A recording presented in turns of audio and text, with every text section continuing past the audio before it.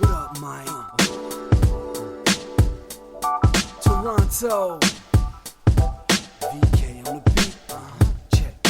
I'm in Toronto where you wanna get the city love. I'm from Toronto where you wanna get the city love. I'm in Toronto like we wanna get the city love. My city love me back for my city love. Welcome to episode 1687 of Toronto Mic'd, proudly brought to you by Great Lakes Brewery, a fiercely independent craft brewery who believes in supporting communities, good times, and brewing amazing beer.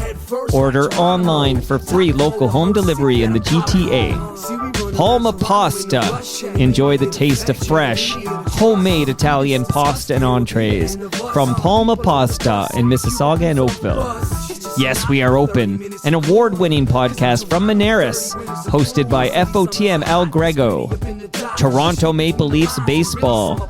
Join me May 11th at Christie Pitts as Ayami Sato becomes the first woman in our country to pitch against a professional men's team, 130 beyond the left field fence. RecycleMyElectronics.ca. Committing to our planet's future means properly recycling our electronics of the past.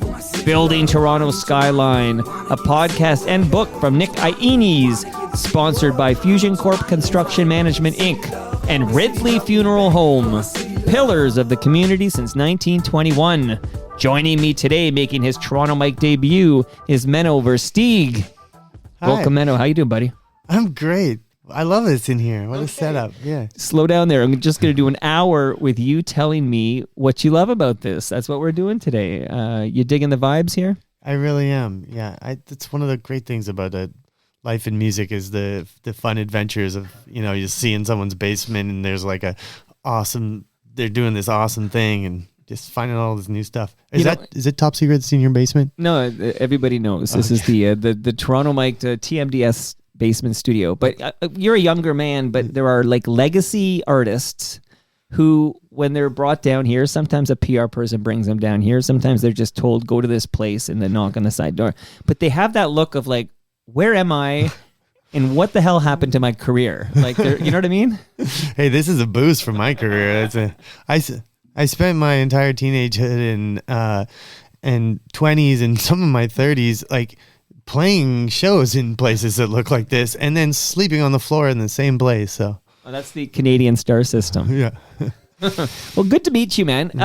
Do I call you Menno or who's Menno. Mav Carlo? Is that an alias? That was an alias for a minute. Just a minute? I was going through a dark time. I wasn't quite myself. So can we shout out a former, I know you're wearing a Sens hat there, but I'm going to shout out a former Toronto Maple Leaf, Chris Versteeg.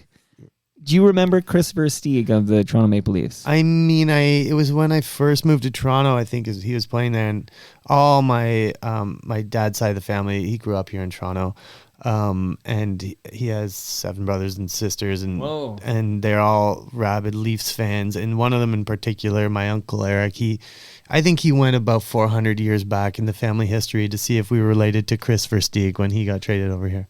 Okay, what did you find out? Nothing. Not one thing. Oh, that story is supposed to end where you find out, you had like some common ancestor along. Okay, I just found out yesterday Snow was here, and I found out Snow, you remember Informer, right? Okay, I know. You never know. Come right? on, I'm a child of the 90s. I know, of course you know Snow. But he was here, and I found out he's related to Stephen Page of Bare Naked Ladies. No way, I was just on tour with Stephen last week. Yeah. Well, and it goes better. It's better than that. Okay, that's a mind blow. But then he tells me Stephen told him that 1 week, which went to number 1 on the Billboard Hot 100. Did it ever? For exactly 1 week, that Stephen told his cousin Snow, a.k.a. Darren O'Brien, that 1 week was Bare Naked Ladies trying to emulate Informer.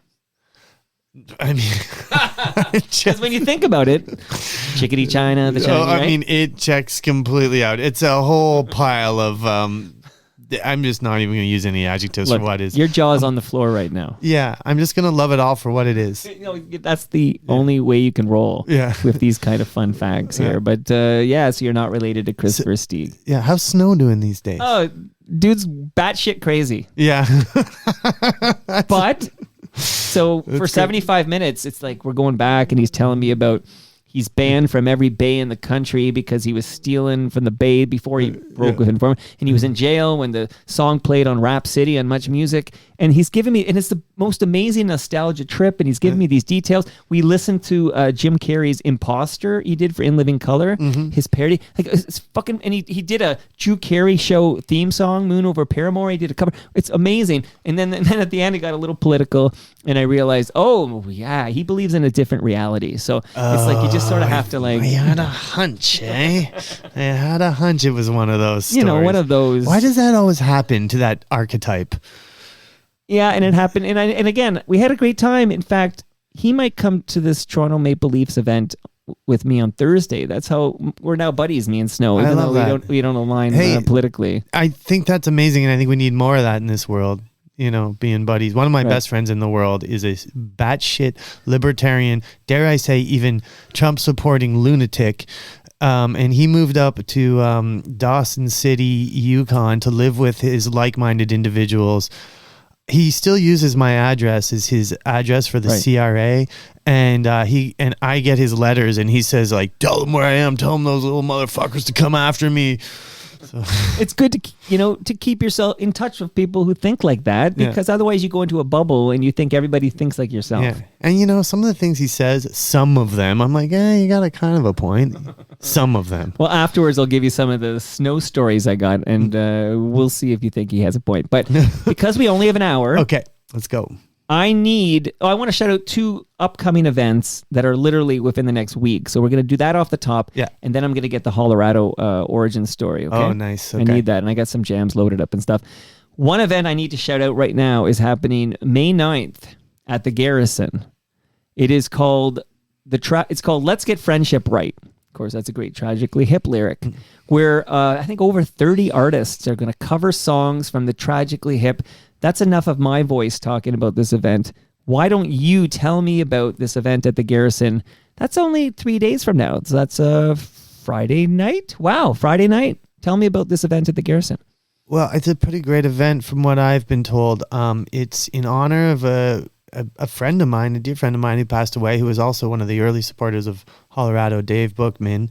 Who, I'm sure your listeners know what a pillar of the Toronto music scene he was for many years. And he's one of the first people who believed in Hollerado. And he booked us on his new music night at the Horseshoe as our first show in Toronto. And I remember lying through my teeth that not only did we play Toronto before, that we lived here and would tell all our friends and do postering, and we were living in Montreal at the time, and he knew damn well that we were lying. He had the internet, and I was like, okay, you guys can come anyway, and has been a supporter and a Sens fan ever since, and so he tragically passed away, and this is a benefit show for him. And well, it's in his honor, but it raises money for the Toronto Food Bank. Well, you're supposed to bring, and this is key, bring non-perishable food items.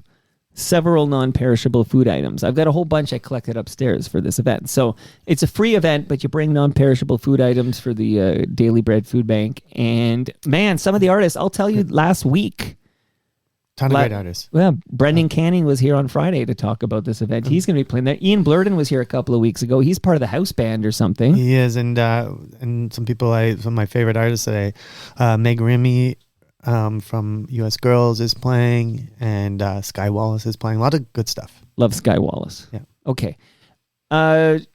So be there. That's at, again, the Garrison, and that's on Friday. But then Sunday, which is May 11th, I'm hosting an event at Christie Pitts. This is so we can all watch the Toronto Maple Leafs baseball game. History is going to be made. It's the home opener. Christie Pitts, May 11th. Meet me at like 1:30 p.m. beyond the left field fence. TMLX 18. Everyone's invited. Menno, you're invited. Sounds amazing. Christie Pitts. I'm around. I have my first summer beer league hockey game on Sunday, but what time does this start? 1:30 p.m. We'll collect. You know what? I can definitely might make it. Maybe swing by for that, and then I'll go to my hockey game after. Do you want some fresh craft beer for that hockey game? I sure do. Okay. Great Lakes Brewery brewed that up not far from here, Southern Etobicoke, and that's going with you, buddy. Oh, amazing! I'll bring the team will be very excited. It's my first day on a new team, so bringing some beers is a very good way to start. That's always nerve-wracking when you break in a new team. Yeah, it's a offshoot of. I'm in that musicians league where it's like all kind of art, the GTHL, Good Times Hockey League of whatever. And during the summer, they mix all the people on the different teams, and it's called the Mingle. So it's the Mingle. So I know a lot of the people from before, but it's a new team. So bring the beer. Who plays in this musician league that would be known to the average listener? Like, are we talking about Dave Bedini? Of course. Are we talking about Jim Cuddy? Who's in this thing? Yeah, Dave. That's about it. I think Chris Murphy used to play. I mean, on my team, Peter Dramanis from July Talk is on my team, and he's got a deep voice. Yeah, we're all full of musicians. Oh, and he's at the Garrison event too. Bringing the beer. Here's a funny. I grew up in Mantic, Ontario, and it's an awesome place. And my dad and neighbor were reminiscing the other day about a guy in their beer league who he died, and the wife of the guy saw on the fridge that it was his turn to bring beer like 2 days later, showed up at the game with the beer for him. Wow. That doesn't bring tears, like maple leaf tears running down your face. What? Isn't that awesome? Wow. I mean, that's beautiful, man. That's beautiful. Shout out to Ridley Funeral Home. They did send you some a measuring tape. No joke. Is that an inappropriate? I mean, that was a sweet story. Okay, but this swag from a funeral home, a measuring tape, is this to see how long you are, get you ready? Is that... You know what? Their caskets are all made in Canada, which I want to shout out, because a lot of funeral homes, they actually import like American caskets or made in China caskets. And Ridley Funeral Home at 14th and Lakeshore, they only sell Canadian-made caskets. Wow, that's beautiful. That's beautiful. You can measure yourself. Let me know. I'm on the fence about how I feel about the funeral home swag measuring tape. Do they have a sense of humor? Is that... Brad Jones has a very good sense of humor. Okay, you know what? Then I'm into this, Brad Jones. I like where we're getting here. He's got a good sense of humor. Okay, give me, if you don't mind, I'll give you more gifts later. And I know you have a gift for me, but save that because I have a song that'll kind of accompany that nicely. But okay. How does Hollerado come to be? I want the Hollerado origin story. Oh, there's a lot of it. I mean, I played in crappy punk bands since I was literally 13 years old, and playing legions and stuff. And then I started one that was a little more serious in my teens and 20s, and we toured all around, and we did the Warped Tour slog, the awful like opening band on the Warped Tour where you have to drive all night, and then they make you set up the stage, and maybe you can play on it if you did a good job. They don't even drop you off water. Like they drop off a pallet of Monster Energy drink, and they're like, "Work, motherfuckers." And then like literally no joke for these baby bands, like this fucking slave labor at that thing. I mean, they're like, you want to be on this, you gotta earn it. And like, My Chemical Romance didn't have to do this, right? And then literally for lunchtime, you're like, you get to eat their leftovers. I'm not even kidding. They're like, okay, you can eat now. I'm like, my Chem already ate. So anyway, we did all that. It was a great fun. I loved it. I always rode with the truckers that night, and it was a blast. But that band obviously didn't last that long, and we were in a really bad label deal and blah blah blah. But what was the name of that band? It was called the Delegates. We were a terrible ska punk band. I call it my checkered past. You know what? I kind of have my ska shirt on here from the Lost Indies. And it was great fun. I learned a lot, and then it was time to get a real job. And I tried. Well, I kind of tried at the time. I thought I was trying, but I guess I wasn't trying that hard. And I went home to live with my parents and reconsider what I was doing with my life. Wait, is home Ottawa? Where's home? Manitic. Yeah, that's where they were living. And, just kind of with my tail between my legs after my big failure trying to be a musician in, my mid-20s. And I was like, I got to give this one more shot. And my neighbors who I'd grown up with, and Nixon and Jake, who were brothers, had lived down the street. And I'd literally given Nick guitar lessons as a kid. Well, I gave him one guitar lesson. He came back for the next guitar lesson, and he taught me about minor chords. Anyway, so I convinced them to start a band with me, and they were going back to Montreal. They were in school. Nick was 3 years into an engineering degree at McGill. But I knew how to be in a band, and we had some good songs, and we rehearsed for a year while he was in school, and literally every night, that's all we did. We had no money, and we just like played and played and played. And then after we played our first show, we were actually a good band, which, wow. Yeah, I know. Right. And because my first band was so fucking shitty that I was like, I just want to be good. And so we just practiced until we were good. And within probably a month, we had like a really shitty record deal offer on the table. And, can I get into the details? Yeah. Here? Yeah. Okay, cool. So we had this shitty record deal offer on the table. The guy who produced the songs that we made, that was Gus Van Gogh. So Gus has gone on now. He produces like The Beaches and Metric, and he's one of the best producers literally in the world. But Gus had produced our first songs, and they were good enough that we got this shitty record deal offer. And I was like, Gus, we got a record deal offer. And he's like, you will not sign that record deal, because another band that he produced was on that label. And they got in this massive fight, and it was awful, and they got all screwed over, and all this blah blah blah blah. I don't need to name names, but Gus was like, "I'm gonna introduce you to my manager friend, and he's gonna find you a real record deal." Well, he never did.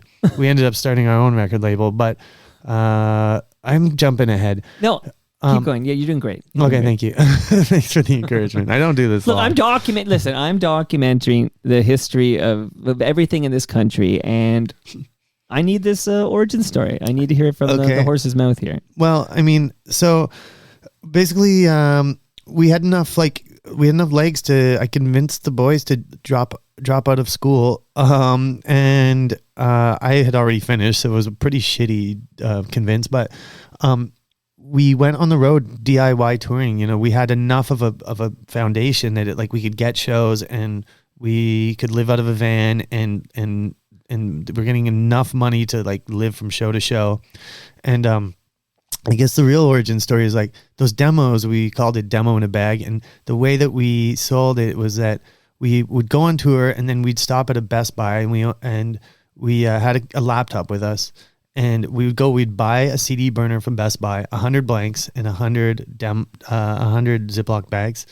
And we'd take the burner, and we'd sit in the parking lot in our van, and we would burn 100 CDs with the CD burner from Best Buy. We put them in the bag. We'd write Demo in a Bag on it, and then we'd return the burner back to Best Buy. Of course. And then we'd sell these. And then we'd go to the mall, and we'd stand outside Hot Topic, and we would have headphones, and we'd sell these demos to kids for anywhere from $2 to 10. Sometimes a mom would be like, "Oh, you boys are so cute. You remind me of my kids in the band," and they'd give us $30 and buy us lunch or whatever.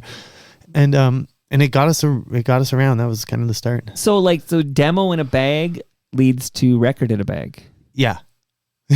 You got it. Okay. Well, here, I got to give people a taste of so where does the name Hollerado come from? Oh, stupidness. Well, honestly, I've heard worse names. In this week, I think I've heard worse names.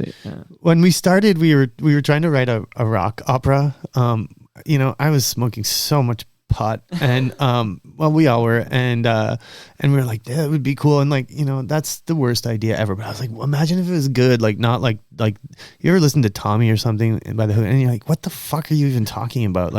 This makes no sense. And we're like, we could make it make sense.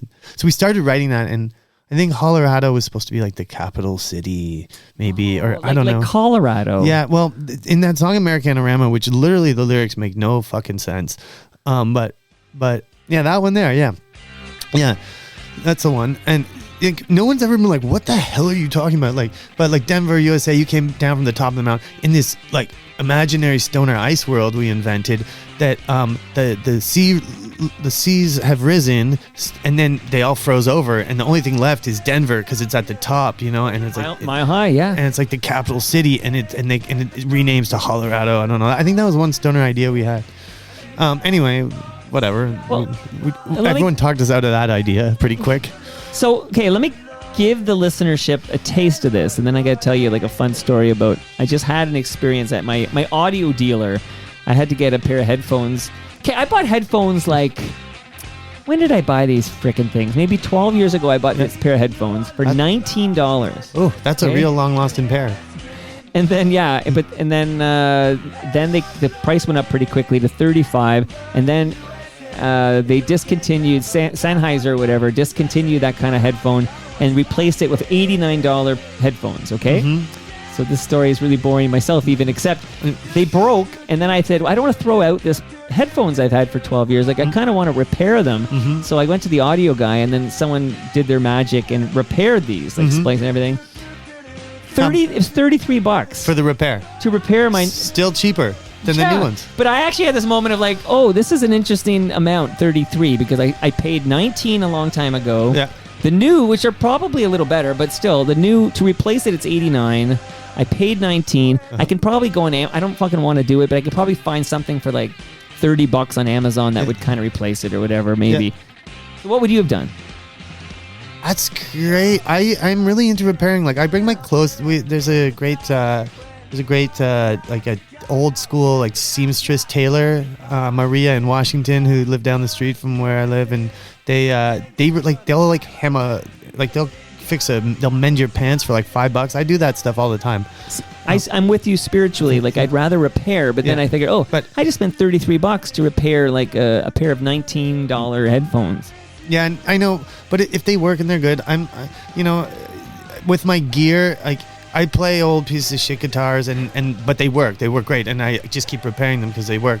But once in a while, you have a piece of gear and you're like, just doesn't do it for me, and you got to move on. I bike a lot. Okay, I bike every day a lot, so I always have that moment of like, oh, I can't put like $300 into this bike that's worth like $200 now. Like, I have to bury the bike and replace it. Like, there's always a moment. It happened this winter. Have you buried a bike? I've buried multiple bikes. Like, literally dig a hole in the park and... No, one of them I keep in the backyard like a monument because it was my favorite bike for many, many years. And then I like that. When I buy a new bike from my bike guy, which is hello to Thomas on First. Yeah. I bring him the old bike, and he'll salvage what he can and see if he can fix it up and sell it. So I give him the old bike when I get my new bike, which just happened like a week ago. I do like making art out of things that, turn it into a sculpture or something of an old piece of thing you can't bear to get rid of. Right. We actually, so Hollerado had we had a bunch of vans that were quite infamous because we had these shows where we got all our friends and fans to come out after and paint the van. Oh, cool. And it made it hell crossing the border, that's for sure. Try it today. Oh, yeah, no, thank you. I don't even, yeah. Are you going to the States now? Yeah, I just got back from there. I know I'm not supposed to say. I had Andrew Scott on, drummer for Sloan. Yeah. And he said, not with this president. He's not crossing that border. Not for Sloan, not for anything. Yeah, I mean, Sloan just doesn't make enough money there for him to change his tune. They must in Buffalo or whatever. Like, I know the lowest of the low do all right when they go to Buffalo. Yeah, no, I mean, Sloan does great in Buffalo, but I'd take the stance like, fuck America, and you just lose playing in Buffalo. I'll tell Chris I said that. That's true. Yeah, you show Chris Murphy enough money, he doesn't care. Yeah, it's going to be the listen, this I mean, I don't know him as well as most people. I know he plays hockey every day too, Andrew Scott, but I got the serious vibes that there's no money, nothing Chris can do. If Sloan wants to go to Buffalo in the next couple of years, it'll be 3 of them. Hey, that's awesome. I love that. Yeah, but I've been going, I'm not even say reluctantly, because the thing I've been finding, like I actually toured Florida recently, in March, with a Trump president. I wanted to go there, and the people there who are cool are so extra cool. And I don't want to just lump everyone in as like kind of the enemy. I want to go and meet the cool people and be like, no, there's good stuff going on there, and spend your money in like places where that's a red state, It is, but there's a lot of cool people doing things in a red state under pretty adverse conditions. The reason I brought up the headphone thing was not to tell that boring story about spending $33 on, but this is a great song. And I was chatting with Bill. His name's Bill Cole. He's also a musician. This was his wedding song, and he was telling me about, Record in a Bag and Juliet. So I just want to let this brew for a little bit here. Okay. For Bill.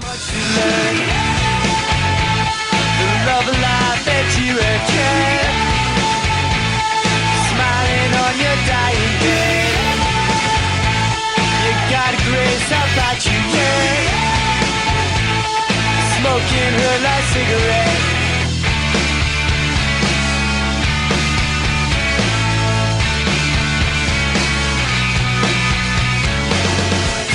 It's tea time. She puts on Pat's Decline. Cuts across off Pat's Decline. Change of Heart. I don't know what that is. What's Pat's Decline? It's the first song I ever heard from Ian Blurden's band, Change of Heart. I don't really know that band as much as I should. But Pat's Decline. Okay, that's cool. Is that what people... I was saying Patsy Cline. I hear Pat's Decline. That's a Mondegreen. That's called Mondegreen when you hear different lyrics. There's a bathroom on the right. What lyric is that? There's a bad moon on the rise. Okay. From CCR. There's some famous Hendrix ones. Excuse me while I kiss this guy. That's the one. That's the one from the meme. So you're the kind of guy I honestly would normally go 90 to 120 minutes with. So I'm going to really cook here. But Look, I can come back. Well, you'll have to come back in a couple hours. Okay, wait, no, you get a hockey game. Yeah. But Jack White handpicked Hollerado to... So let me just say, this is the story of our life. If we were to do a reunion, which we are going to do, and no one knows about that yet until this gets broadcast. But we were thinking of just changing our name to Colorado, or naming the album like with an H, because the amount of times like that mistake was made is why we probably broke up. So anyway, Jack White, yada yada yada. Yeah, the Dead Weather. Yeah. Oh yeah, the story about how he handpicked us.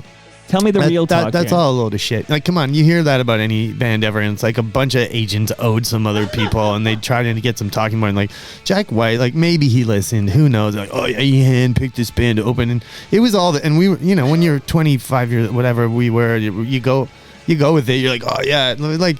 And we met him. He came, was like, nice to meet you guys. Thanks for opening for me. And you should have quizzed him. Like, what was your favorite song, Jack? What's your favorite Colorado song, Jack? Yeah, he's like, oh, Colorado's one of my favorite bands. Like, yeah, just like my buddy who ran into Chad Kroger side stage and was like, and he was at a festival and he just wanted to watch Nickelback from side stage because that would be amazing. Well, that's Edgefest. And he goes, I feel like that's Edgefest. I saw Nickelback on the side stage of Edgefest. So he goes up to Chad Kroger and he's like, dude, I'm the biggest fan. Like, I just want to like watch you guys from side stage, because they famously, I guess, don't let anybody in these days, and all the pyro and everything. And Chad's like, no problem, man. That's amazing. You're a fan. He's like, I'd love to have you just name 2 of my songs. I'm that guy. I see someone wearing like a Ramones shirt. I'm like, can you name 5 Ramones songs for me? Because they sell them at like H&M and stuff. I don't think I can name 5 Ramones songs. But you're not wearing a Ramones shirt. Yeah. That's the difference. Not right now. Oh, you got the young person, Nirvana shirts, right? You see a lot of Nirvana shirts. It's like, what's your favorite Nirvana song? Okay. Hey, anyway, so yeah, Jack White never heard of our bullshit. band. Yeah, but we did play it with him, and we did use that to like, get other gigs and more success. Wow. Yeah. I'm rich because of Jack White handpicking. Well, the way that story has evolved, it's Jack White basically is like, I love this Hollerado. We played his wedding. We played his 3rd wedding to his. Right. It's like Jack White is to Hollerado as Justin Rutledge is to Dave Hodge. You could just run with that one later. Okay. Okay, thank you. Who won the 2011 Juno Award for Best New Group? Said the Whale. Okay, because you were nominated. That was a big Juno nom. Yeah, I'm a 4-time Juno loser. No wins yet, eh? No, but that's okay. It's not for people like me. And we are going to need a sequel for all the other stuff. But the main stuff is, how did you get Dave Foley from Kids in the Hall? Can I tell a story about the Juno night? Yeah, of course. Because it was probably around the Jack White time. And like, we did pretty good at not drinking our own Kool-Aid, but like we did a bit. And it was like, we were really told like, this is a sure shot. Like, you guys are the new group of the year at the 2011 Canadian Juno Awards. Get ready for your life to go crazy. Anyway, our friends who literally played our first shows with Said the Whale, their butts, they won. We were very happy. But unfortunately, we had booked a big celebration party at the Horseshoe. Oh! And we were supposed to play, and we even had a party bus going from the thing to the other thing. Right. And we lost, and we were like, we'll show these guys what fucking losers look like. And we got so fucked up that we couldn't even stand before going on. No joke. We couldn't stand. Like, no amount of drugs could get this fucking thing. But we tried, and we got on stage, and then those drugs wore off. Right. And then 2 of us passed out on the stage of Horseshoe. We got about 3 songs in. There's a photo somewhere of us all just like collapsed. The drum kit was everywhere. This is 3 songs in, and I got literally dragged off the stage by the like great Horseshoe bouncers of old. Sure. And the next morning we came to get our gear, and Craig Lasky, who is one of my favorite people and a real believer, he handed me his personal copy of the Replacements bio, and he was like, let this be a lesson to you.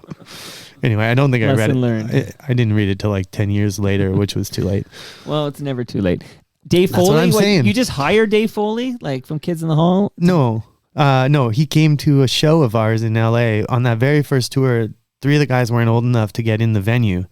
No, 2 of the guys, me and Nick were old enough, but Dean and Jake weren't old enough. They were allowed to play, but we had a van. They sat outside in the van and drank beers that we had bought them illegally. And Dave Foley came to the show because his buddy John Kastner had told him about us. And so Dave pulls up and we see him. We're such big fans. And we're like, Dave, you want to come hang out in the van with us? So we, fast friends drinking beers in the back of our van, underage with Dave Foley. And he's been a friend ever since. Do you know what you have in common with John Kastner? Oh, no. By the way, shout out to the Doughboys. Honestly, one of my favorites. John he's such a friend and he's been such a supporter. He let us live in his jam space for like a month once on tour. Oh, good to hear. Yeah. And Rusty comes out of Scotty Mac leaves Doughboys to form Rusty. Oh yeah. Oh, I knew nothing about any of this. Well, listen, you're taking notes, right? Yeah. But what you and John Kastner have in common is you both coupled up with beautiful, talented actresses. Oh, punching above our weight class. That's it. I wasn't going to say that, but yeah, without a doubt. But because he was with the woman from Mad Men, whose name will come to me in a minute. Do you remember? Right. Yeah, she's a dear friend Thank also. And who are you coupled with? Oh, Annie. Yeah, Annie who? Annie Murphy. And Annie Murphy from Schitt's Creek. That's the one. That's a big deal.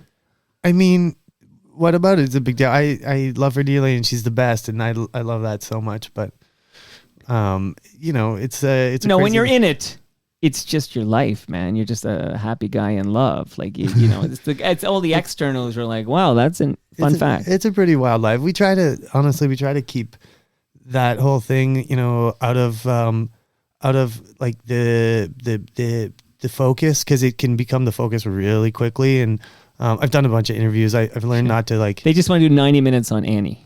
Well, I mean, they just want to people are like, oh, I want to hear about your new record or whatever. And then they just ask me questions about Annie for an hour. And then I was like, I should have known when People Magazine. I have no questions about Annie, by the way. So no, that's fine. That's fine. But I mean, People Magazine, like, we really are digging your new album. They were like, we're loving Anyway Gang. Can we talk to you about it? And I was like, oh my God, People Magazine. People love that, I guess. I'll be in every doctor's office and dentist's office in the world. I'll be so huge among people with tooth decay. And then, so I did the interview, and it's like they literally had one like Annie Murphy's husband, blah blah blah.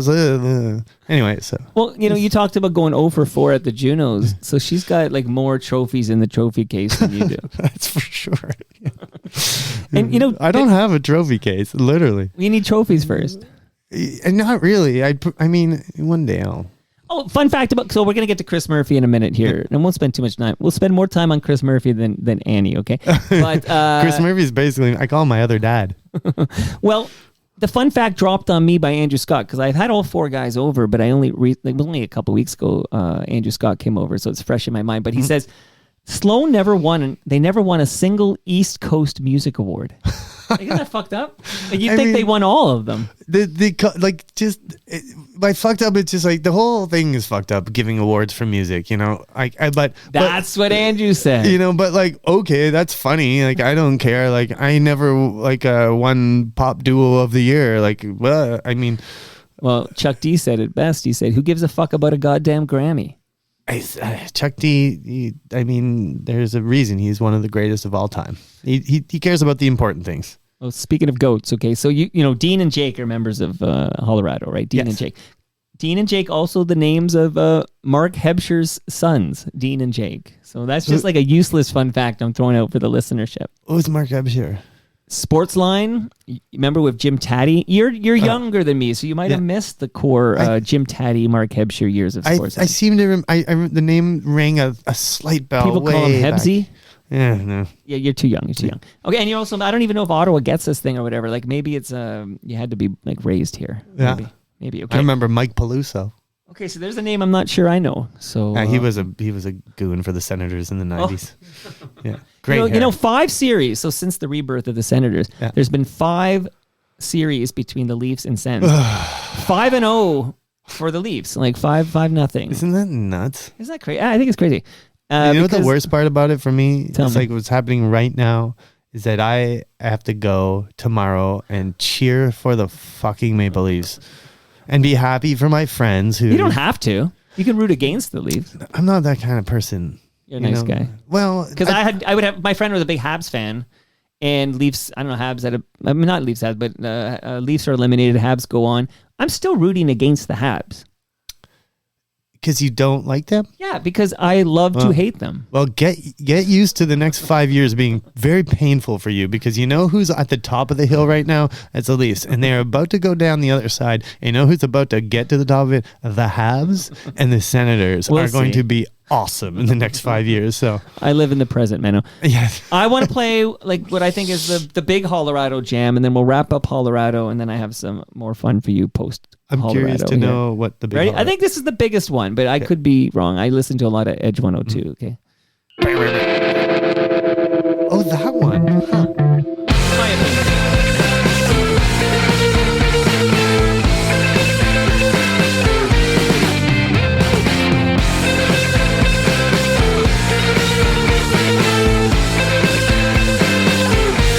I'm giving up hardcore my North Pole expedition, where I claim to see the frost just fly from the window in our kitchen. Where I'm giving up on sane, those drugs for my head, all those things I couldn't think of, but I really wish I said. And you go, I don't want no hopeless, hopeless, I don't want no hopeless love. I don't want no hopeless, hopeless, I don't want no hopeless love. If I fall back down, you pick me up, yeah, you pick me up.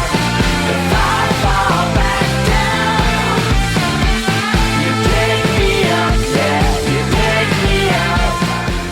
Pick me up. Yeah, you know what? I don't hate it as much as I remember. That was on my. It's on my never play again list. It was. We didn't play it last fall when we did those reunion shows, and it's all right. I think it's better than all right. I think people enjoy it. Like, what's the point of art if people enjoy your art? Well, it's just hard to sing too. It's so high. No one sings that high. There must have been auto-tune or Well, it something. depends on what kind of high you're talking about. Well, it's probably both. Yeah, there's the North Pole Expedition line. And I'll know what that's about. I have a very serious note for you, a lovely note that came in from Live Famke, who is an FOTM Hall of Famer. FOTM means friend of Toronto Mike. Menno, you're now an FOTM. Yes, Toronto Mike, this has been awesome so far. And I'm always a little unsure about this kind of shit, but Has it gone south for you before? Because I'm aching for an episode to go south. So if you would do me a favor and storm out of here in anger. I always have fun when it goes south. I enjoy watching, and like I don't care enough about what people like. Right. I don't care enough about how I come across. Really, anyway, whatever. Well, this is important. Live Famke's words Okay, I'm going to so read yes, now. please. I just want to thank him for his song and video, So It Goes. Like I said before, because she's told me this before. She hasn't told you before, though.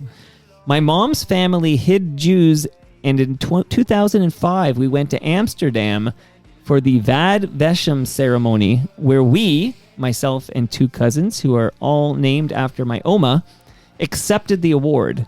My Oma had died long ago. The baby, quote unquote, the baby that was hidden was at this ceremony.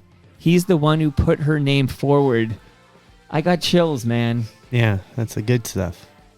Yeah, what does that have to do with me? Not to bring about. So it goes. Right, yeah. Sorry, I didn't mean that to sound like that. I was like, that story is like so much more important than anything. It feels bigger than any song. Than anything we're talking about.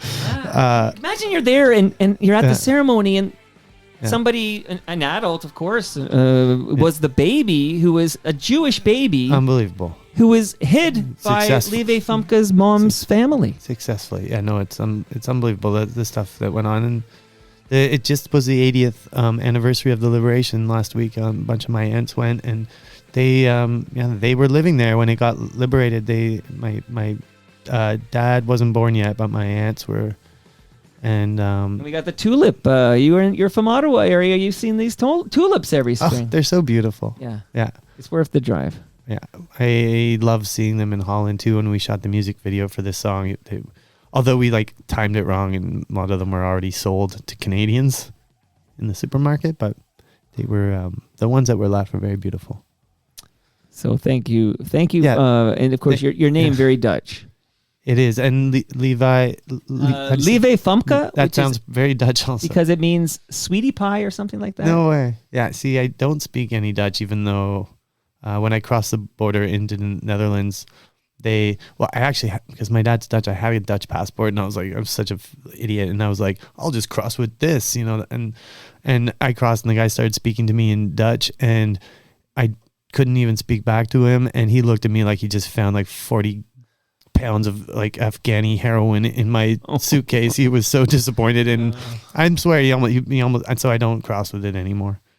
I think they took it away, honestly. Oh my goodness. Okay. Why does it come to an end? I know you said there's a reunion show coming up, but maybe give me this goods. Like, so Hollerado comes to an end. Yeah, we just needed to. It was a 24-hour fun train, and we had the best time ever, and it was exhausting. And we joke, we were like Apollo 13. We shot for the moon, and we never landed on it, and we goddamn near died in the process. We have a problem. And we just needed a little break and to get on with our lives, because music isn't everything, even though it's a massive part of all of our lives. And we just were never like huge enough to play those songs. We weren't making enough money to play songs we didn't really believe in anymore for money. And we just all needed some time, and we took that time over the last 6 years. It's been really, really nice to get a new perspective, and everyone has like other careers that they're really happy with, and some are still in music, and some of us are not. Last fall, we am I getting into this reunion stuff? Yeah, well, please. I'm hopefully this is your Tokyo Police Club. Yeah, exactly. Finale. So when it ended, it was so amicable. Like we all grew up together. We're best friends. We wanted to stay that way, and we just really walked into a writing session one day, and we were like, "Should this be our last record?" And we stopped. We do one more tour, and that's it. And everyone was like, "Yep," just felt right, and we're like, "Okay." And we did that, and we honestly thought we would that was it. It really had to feel like it was really it in order to like move on with our lives, and that was a hard thing to do.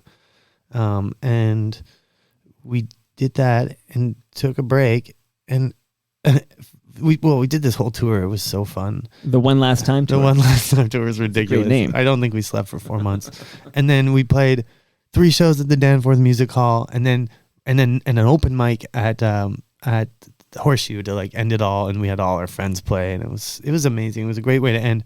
We're like, we're never doing this again. That was perfect. And then Tokyo Police Club played some of our last shows, and so when they were doing their last run, they were like, hey, you guys got to come and play our last show, and we can't say no. So we did that, and we did a couple little warm-up things in Ottawa, and we just had so much fun.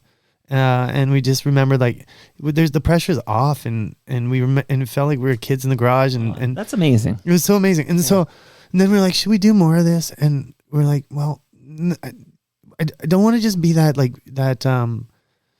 don't want to be that band that just is like a legacy band and playing Juliet and like when old and not feeling it. And we're like, so we've been talking over the last year and writing and stuff, and we're like, you know what, if we have music that we truly believe in, that is fresh, and I know it sounds so cliche, but that we kind of want to start again, and we're like, should we just start a new band again? We're like, well, no, because no one will come see it. That's the unfortunate reality. Yeah, no one comes see my solo thing. Even I did some solo shows. It was me and Nick from Hollerado, the 2 singers, playing Hollerado songs. There's just 2 that's weird, right? And no one showed up. Well, I remember when Gord Downey had his solo material, and Gord would be doing solo tours. Yeah. I remember there's a quote in the doc where I think it's Paul Langlois or somebody said they were nervous about his solo work until they realized, he still needs his day job. I know. Yeah, I know. It's funny. Yeah. The Hip could sell wonderful. out. They could sell out Scotiabank Arena like 4 nights in a row, but Gord had trouble like filling up the Horseshoe. Yeah, literally. I know. Isn't that wild? I love. But whatever. That's the world. That's you can't change it. That's why Oasis is back together. I mean, So I'll let the cat out of the bag. Like well, you want a drum roll? I don't know. I have a drum roll. I never get to use it. Could I use it? Like, yeah, sure. Yeah, use the drum roll.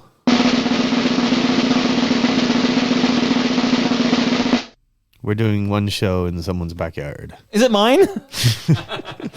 No, I just wanted to make it very untriumphant. I know. Underwhelming. That reminds me. Underwhelmed, if that's a word. I know it's not because totally made up. It sounds like it's made up by an absolute crazy person, like someone who is not in touch with reality. Something I learned in my school.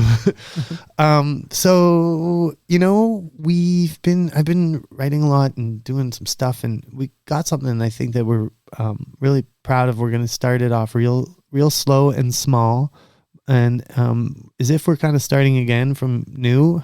It's like weed or something. Starts slow and low.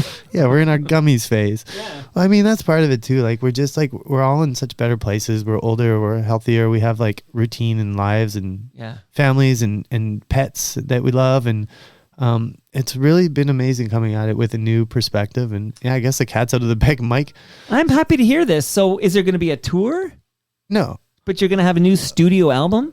Well, I don't know. I'm just trying to get the specifics here. Next week we're announcing two shows at the Horseshoe, I think.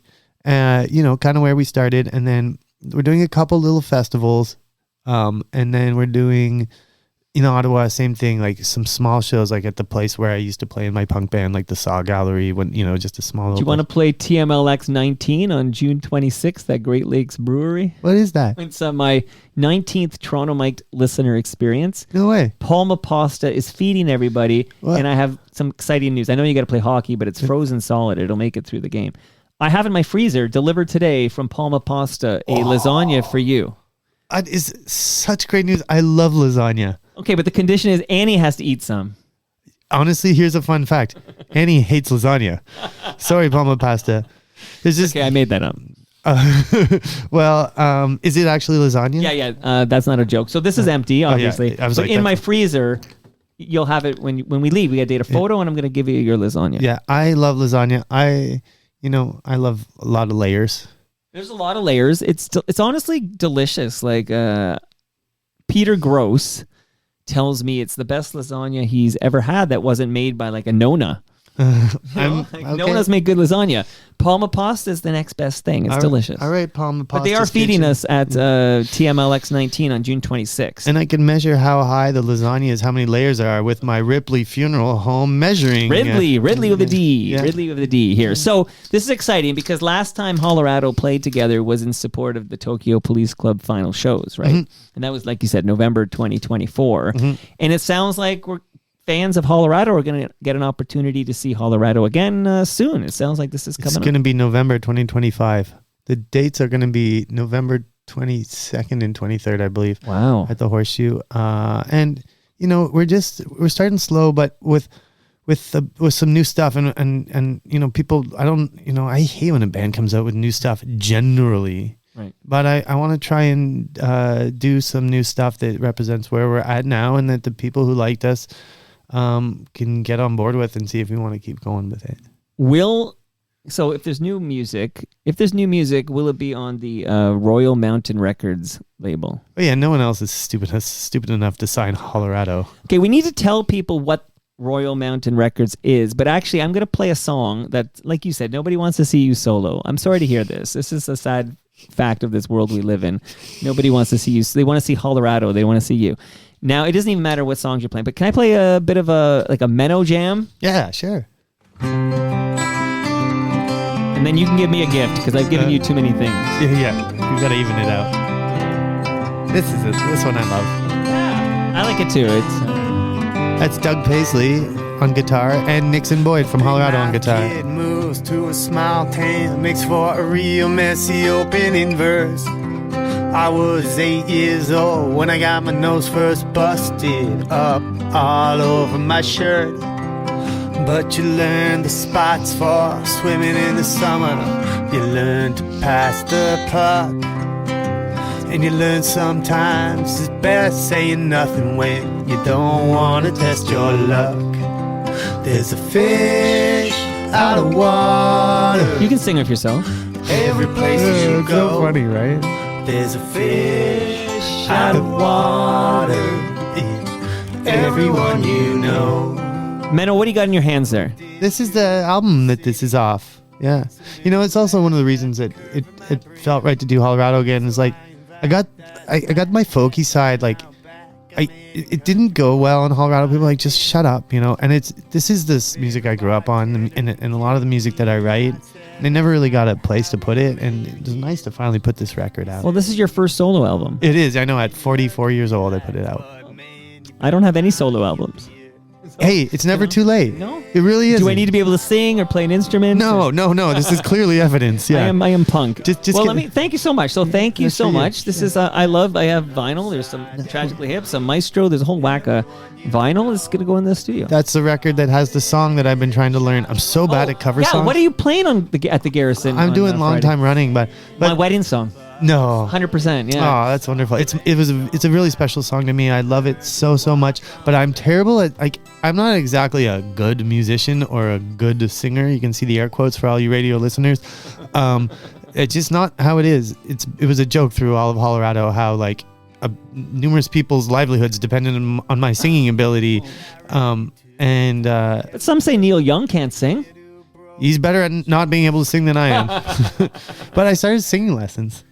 Okay, good. What the hell? It's not too late. My 9-year-old just started singing lessons. Could you guys get maybe a group discount? Oh God, I feel like that's a sitcom waiting to happen.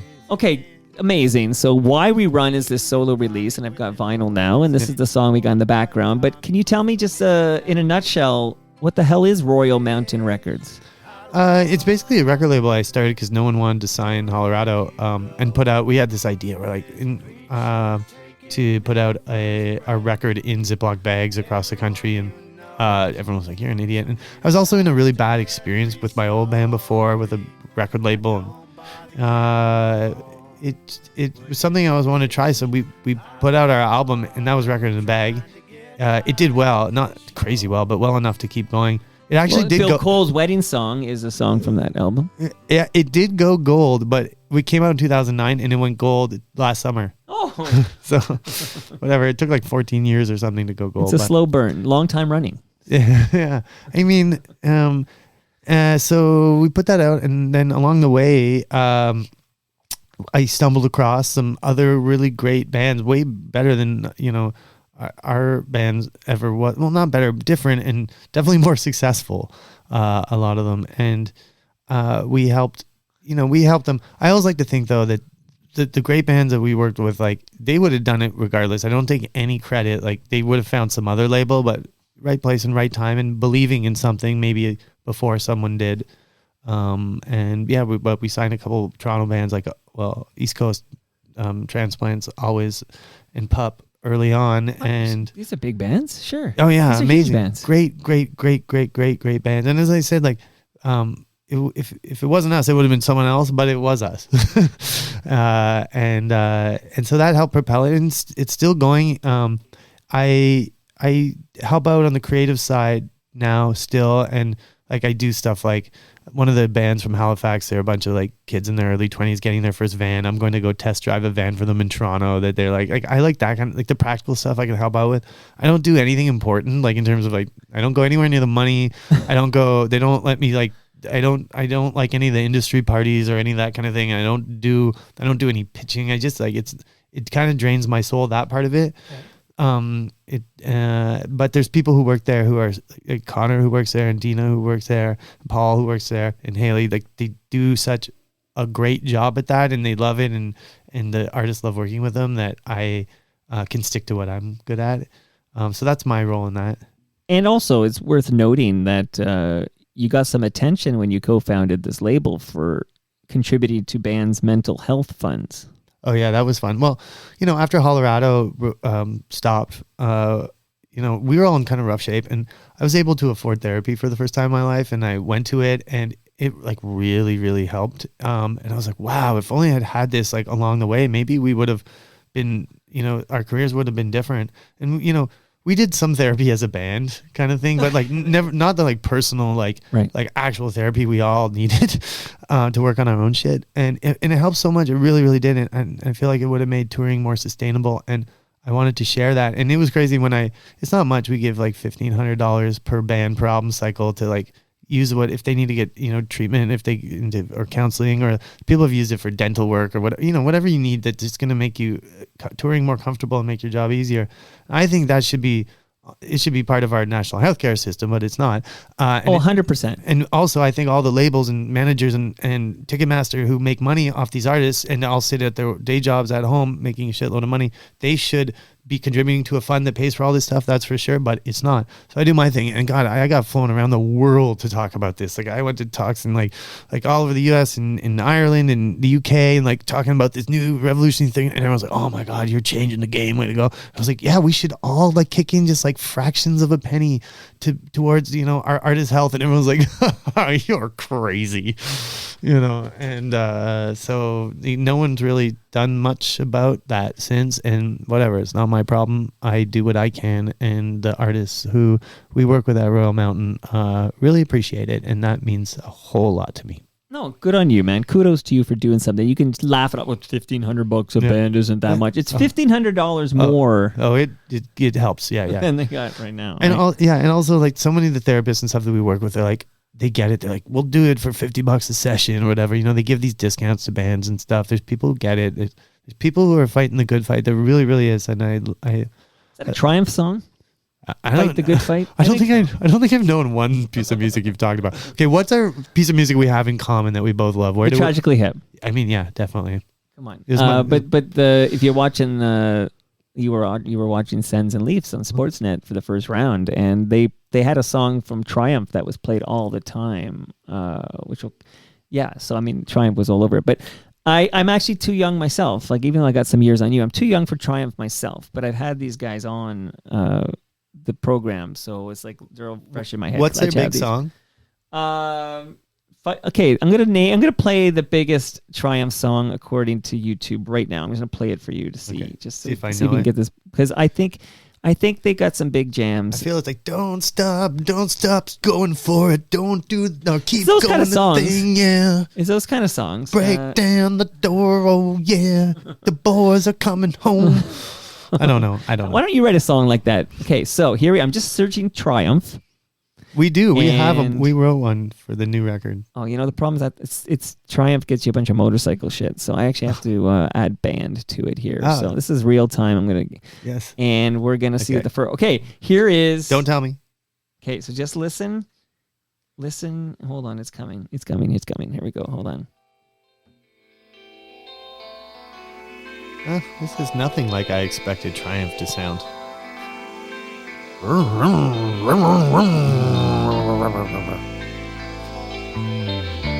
So Rick Emmett is the vocals you're going to hear. Oh, that's Rick Emmett's band. And Gil Moore is a founder with a guy named Mike Levine.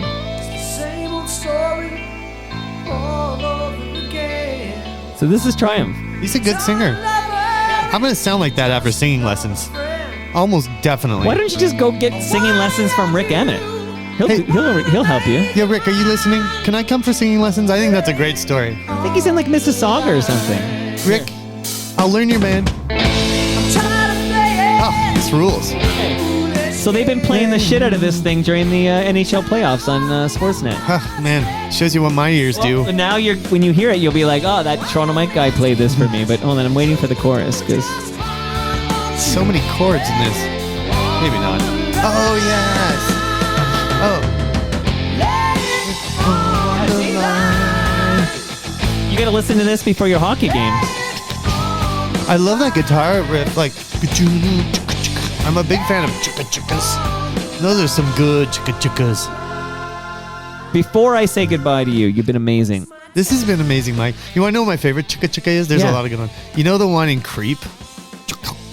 Of course. It's such a good Radiohead. Chicka. That's a great... That's such a good chukka. It's my favorite Radiohead moment, which will probably get me in trouble with a lot of music you know what? I'm with you, except that the real Radiohead heads, I think that's what they're called, Radiohead heads, they do look right down on you, because that song was made as like some kind of a parody of what Americans like or something. Yeah, like, that's like I know. It's sort of like Blur's song too. Yeah, I know, same. Where it's like, oh, we're gonna write some piece of shit for you stupid idiots, and then they write it, and then we're gonna use it as our goal song for the next 15 years in my stadium. I'm a creep. Okay, here's where I want to close. 2 places I want to go. One is because we've mentioned the name Chris Murphy. Yeah. I'm a big Sloan head. Yeah. Love Chris Murphy. He's been over here a couple of times. You know who paid a visit last summer, and I was honored to have him in the basement? Sam Roberts. No way, Sam. My bud in my band. Yeah, this is I'm building a story here. Come on, we're building this, okay? So, who else will I... Want to tell you how I convinced him to be in a band with me? Of course. Sam was in the bathtub, and I was friends with both of them, but not that good friends. And I called, and I had this idea I wanted to, anyway, I was like, this could be fun. And then I called Sam, and he was in the bathtub, and I was like, Sam's in the bathtub. If I call Chris, and I was like, I got Chris to agree to do it. So I was like, Chris, I got this idea for a band. Like, Chris just agreed, Sam just agreed, but Sam was in the bathtub, so... Right. And I both told them that the other one agreed, and they both famous move. Yeah, and they both agreed without talking to each other. And they when they finally called each other when Sam got out of the bathtub, he was like, you agreed, I agreed, and we got to do this.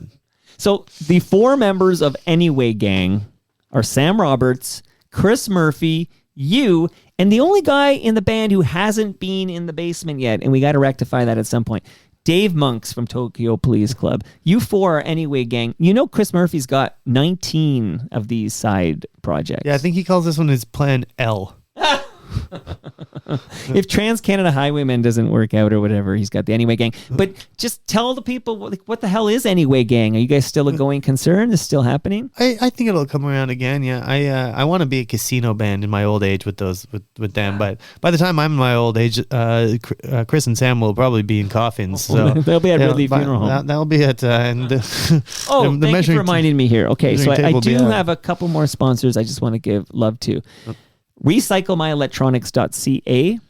That's where you go if you have old cables, old electronics, old devices. You don't throw that in the Chris garbage. Murphy, didn't they take his pacemaker?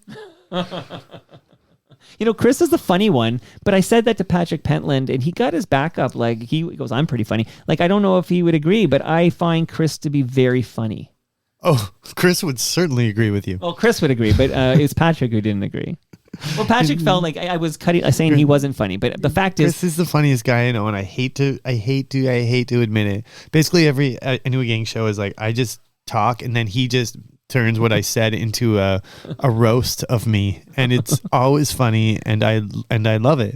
He's funny. He was here with Stephen Page because they're both in Trans-Canada Highwaymen, and they were down here, and I was like, yeah, this guy really is funny. He's really funny. Fucking funny. Okay, so if you have these old cables, old devices, old electronics, you don't throw it in the garbage. The chemicals end up in our landfill. You go to recyclemyelectronics.ca, you put in your postal code and find out where to drop it off to be properly recycled. Okay? Makes sense to me. And last but not least, Building Toronto Skyline is a podcast from Nick Ienes. Nick has another new podcast called Building Success, and Nick is a proud supporter. Literally, he stepped up to help fuel the real talk so I could have these deep dives with great artists in our community like you. This has been so fun. I'm curious about something that hit the news in 2013, so we're going way back now. Okay. But your apartment burned down, your Junction apartment burned down. Oh, it did. Yeah. So what do you remember? Like, can you give me a little detail on our way out here? What happened? Sure. I mean, it was my first experience with losing everything in a house fire. But you know what? It was kind of great. Andy and I were away at we were at my cottage, and no joke, So you weren't there? We weren't there. We weren't there all weekend. We were actually playing, we were playing the Tulip Festival in Ottawa. It was that weekend. And we came back, and we were working on the video for So It Goes, and we met the director across town, and we met him across town, and we were looking at old footage of like Holland burning after being bombed, and we were looking at it, and we were like, wow, imagine, like, and it was so crazy. And while we were looking at this footage and being like, that's wild to think of your house being burned like that, and I got a phone call from Nick from Hollerado, and he was like, I think your place is on fire. I was like, okay, like, how bad? He's like, well, I don't think you'll be sleeping there tonight. Wow. Well, we didn't sleep there for 2 years. We went to live with my grandparents, and that was an amazing experience in its own self. Living in the attic in my 85-year-old Polish immigrant grandparents' house was really, really amazing. And honestly, that fire was really weird, and one of the best experiences of my life. It's interesting how you can make lemonade out of a situation like that, because that would be devastating. Like, you lost everything. Yeah, we didn't have that much, so That's your glass being half full again, okay? On the bright side, we didn't have much to lose. Yeah. Okay, very interesting. So this is you and Annie Murphy who had your place burned down, but luckily you weren't home. Yes, we weren't home. Yeah, Has Hollerado ever played Regina, Saskatchewan? way too many times. What do you think of Regina? It's one of the worst places to play. It always isn't. It's never been good for us. I don't know. Like I know some people from there I really like. Honestly, I don't like talking smack about a place, and it's just like every time we go there, it's just like nobody shows up, and that's our fault. Like, I guess we just don't play. I don't know. I feel like they. Do you think like the alt why do you rock, ask? like the Regina alt rock station isn't playing Hollerado? Is that Is the there deal? an alt rock station in Regina? I don't know. I'm just glad right now, like, this segment's not brought to you by the Regina Tourism Board, because I'd be had to repair that. But so I don't actually have Regina as a sponsor, but Moneris sent over this wireless speaker for you.